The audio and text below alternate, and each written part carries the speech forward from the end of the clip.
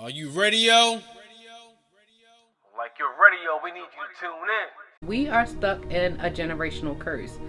We are not saying that religion is a curse, but it kind of got us there because we let this religion that was given to us by slave masters, our ancestors, were beaten to this religion even before the ancestors. When the Vatican, the Catholic Church, they went around literally killed people that went against them. The history of this religion alone is just brutal.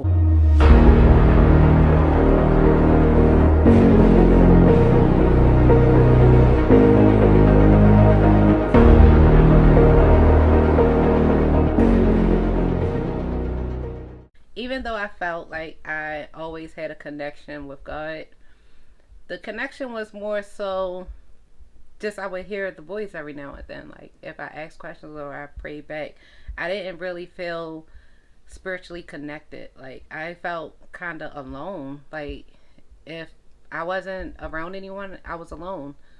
And that didn't make sense to me because if God is always with me, why didn't I feel it? Like why didn't I feel that connection? And so I realized that my connection with God wasn't what I thought. It wasn't as deep as I thought. So I decided to, let me read the Bible for myself. I don't really know too much about the Bible, like at this point, and I feel like I'm a Christian. I'm all into church.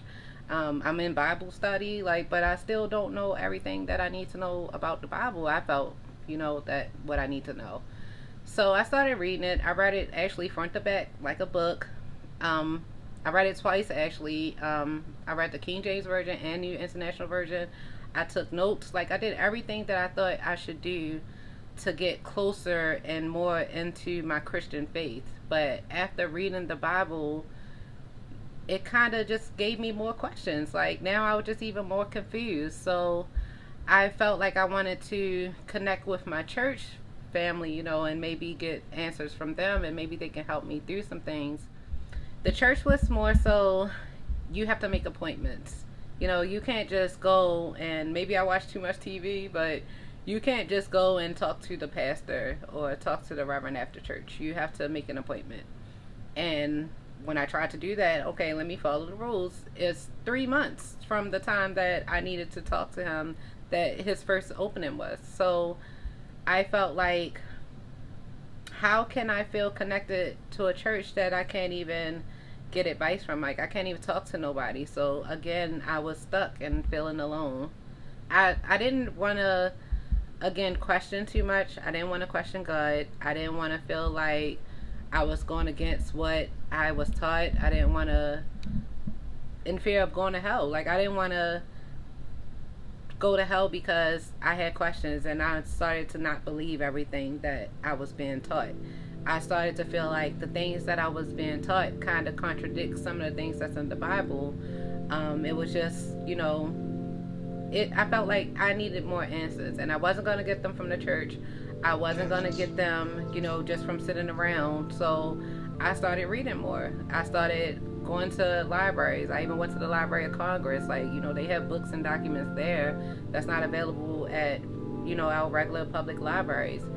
Going there and reading and just reading and asking these questions, the little voice in my head all along that was telling me that it was okay to have these doubts and ask these questions started to kind of guide me in the direction of the answers I was looking for. It affected me a lot doing the research in the beginning, like the things that I was coming across. Even when I started, because I had a question, going beyond slavery, what were the Africans worshiping before they got over here? Were they Christians? Like, were they already reading the Bible before it was given to them? They weren't, because it was introduced to them over here after they got off the ships. So what was their means of worship before? Like what did they believe in? Like I started to have all these questions. So of course naturally you go to Egyptian mythology, and it's called mythology because it's like, it's fake and things like that. So, and it just kind of come off as dark, so you don't really get into it. Well, I got into it and I read, and the more I read, I'm like, Haru, one of kind of like I feel like was a main character. He is like man and has the head of a falcon. A lot of the things about him kind of started to make me wonder, and it made me dig deeper because he's said to be born on December 25th to the Virgin Mother Isis. He was baptized at the age of 30. He had 12 disciples. It was like, hold on, a lot of things were like kind of going hand in hand with Jesus. So the more and more research I started doing, it was like, it's very possible that not only Christianity, but like over 50 different like religions throughout different civilizations, took Egyptian mythology and kind of chopped and screwed it into their own thing. And that's kind of what we are given. Like, we have to really think for ourselves. We have to really open up our minds. We have to like start asking questions. We have to read, because the longer we stay mentally enslaved, the more like we're going to be physically oppressed. Like the more we're not going to be able to progress like as a race. We're not going to be able to like really get past all the trauma and things that we go through on a daily basis, that we see on the news, that we see on social media. The younger generation is looking at this. It's just going to be a continuous cycle of systematic oppression. So it's like the first step to kind of breaking this cycle is kind of freeing our minds. Like we have to let go of all that stuff that we were taught, that was beat into our ancestors. We have to let that go. We have to really pick up a book and read it. Like not just reading hood novels, not just reading books for entertainment. Like, even if you feel like you want to watch TV, the information is out there. In 2011, they passed the Freedom of Information Act, and they did that right under our nose. They started putting information on shows and things. But with that, all the entertainment, the social media, this whole wave just got even bigger. So the more information out there, the more distractions is out there on top of the information. You gotta get past the distractions and go straight to the information. The church will only give you, like, they will only teach certain scriptures in the Bible, but they won't teach everything. I have read some things in the Bible that I have never ever heard in church. Some things in the Bible that I'm like, why is this even in here?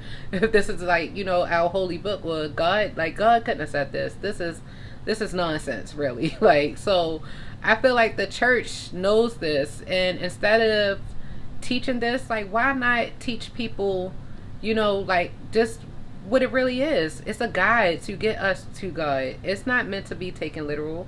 Like, you use this and you become a better person. Like, stop spreading hate, spread more love, get closer to God, get closer to source energy that God gives us to connect with God. Stop identifying God as an idol. Stop focusing on he or she or whatever gender God may be or may not be. Just focus more on like teaching truth, teaching things that will like really ultimately set us free from the mental enslavement that we are in. Even though I feel like our ancestors kind of mentally freed themselves with Christianity, making their own parts of it and branching off and doing their own thing and holding their own church services, it was something to kind of like take them away from the harsh realities that they were facing. But us to still be doing this 400-500 years later, we actually are mentally enslaving ourselves. So it's like they free themselves, but now we're enslaving ourselves. We have to break that chain. Like, we have to break that cycle. We have to like really like use it for what it's for and not for what they're telling us it's for.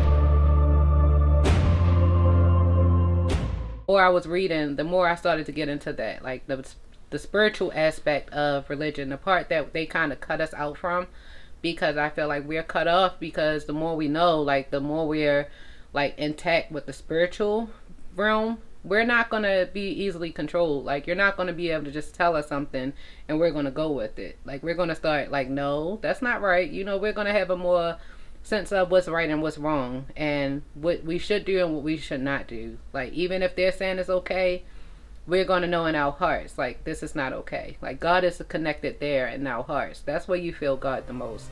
You know, it's not nowhere like in a building. It's not there. It's in your heart. Everybody has that connection.